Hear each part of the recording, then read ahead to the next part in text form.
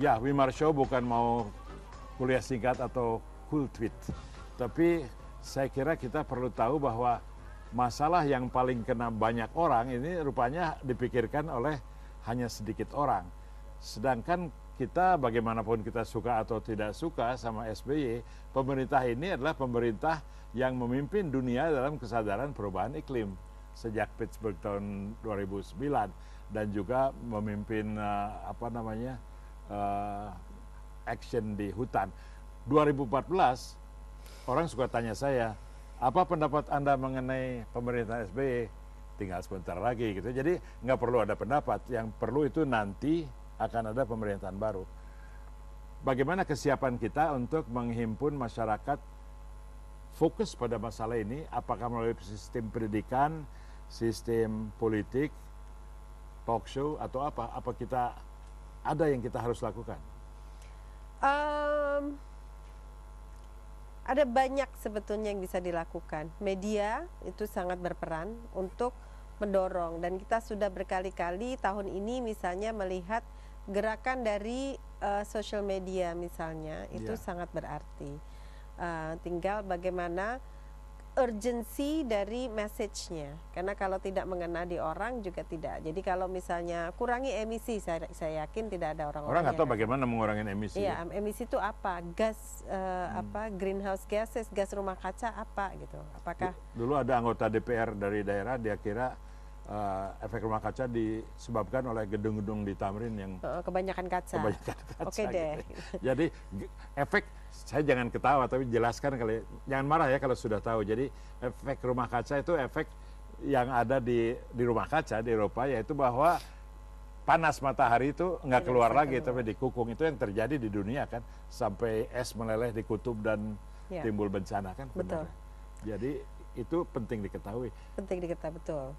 Peningkatan suhu itu orang tidak memikirkan bahwa 1 Celsius kenaikan suhu itu sudah biayanya banyak sekali di dalam lingkungan kita. Apalagi 2, apalagi 4, karena kita menuju 4 derajat. Jadi kalau Doha ini memperpanjang legally binding treaty seperti Kyoto Protocol. Jadi Kyoto Protocol akan diperpanjang 8 tahun lagi. Negara-negara akan komitmen nanti secara tegas 2014.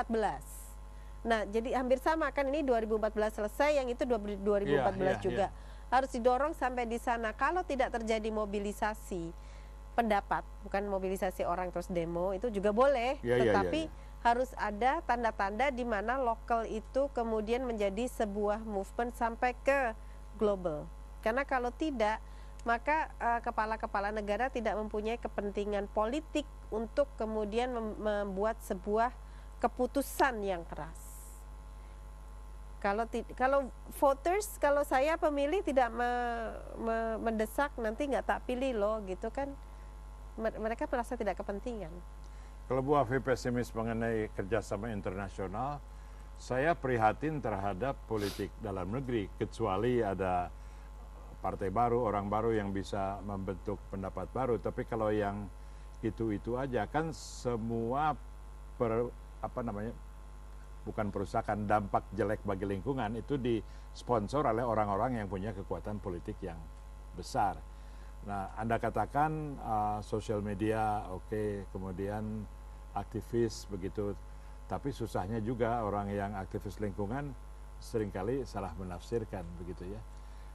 Anyway, kembali kepada di Indonesia, moratorium kan hebat juga, Indonesia bisa menghentikan perluasan penggunaan hutan untuk sementara dan bisa membuat 1 peta dari sekian puluh. Nah, itu momentum yang baik kan. Sudah ada pemanfaatannya itu, kedua itu, moratorium dan single map itu. Kok single map? One map. One map. Jangan single map. Apa bedanya single map dan one map? Ya, itu nanti dibahas nanti. Okay, tapi one map dan single map. Jadi namanya one map. Nah, karena di negara ini semua orang mempunyai peta yang tidak bisa dijadikan referensi, karena kalau referensi harusnya satu dong. Gitu. Nah, ini sekarang kita menuju. Nah, 1 kementerian saja ketika kita melihat beberapa tahun yang lalu, 1 kementerian bisa punya berjenis-jenis peta, banyak sekali gitu yang. Karena itu ada sengketa ya? Iya.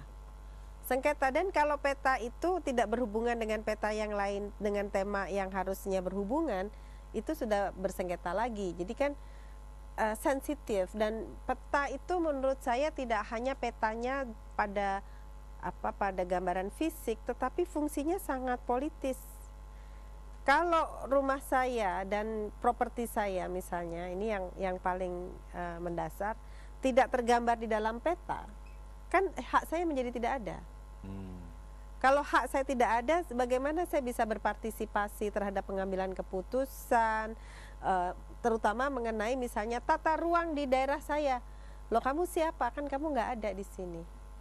Jadi harus ada pengakuan. Jadi one thing is membuat peta, yang kedua pengakuan dan konsensus dari seluruh penyelenggara negara bahwa peta ini adalah peta referensi yang, ya saya ingat ini ada yang mengatakan, ya kalau sungai itu dilihat di departemen ini atau sesiapapun, waktu dicek di bawah ya tetap harus sungai, bukan yang lain. Terima kasih, itulah jadi akal sehat, orang bilang common sense, satu peta sebagai konsensus, dan satu pengertian mengenai perubahan iklim.